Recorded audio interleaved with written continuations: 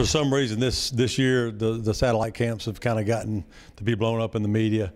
It's a continuation of what we've always done. We're getting young student athletes in here and teaching them fundamentals of football.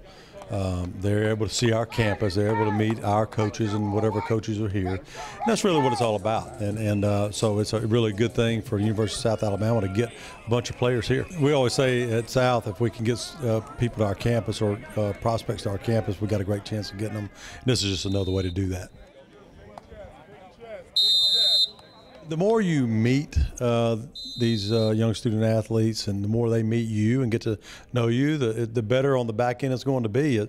It's an evaluation for us and through this process, and it's just one step closer you can get to being accurate. And you want them to feel comfortable with you as well. It's not just us looking at them, it's them looking at the University of South Alabama or wherever it may be. So I think it's a big key in the process, because you can't just watch film on a kid and make a total evaluation. You've got to meet them, you got to see them, you got to see how they take coaching. There's a lot of things that we have to look for.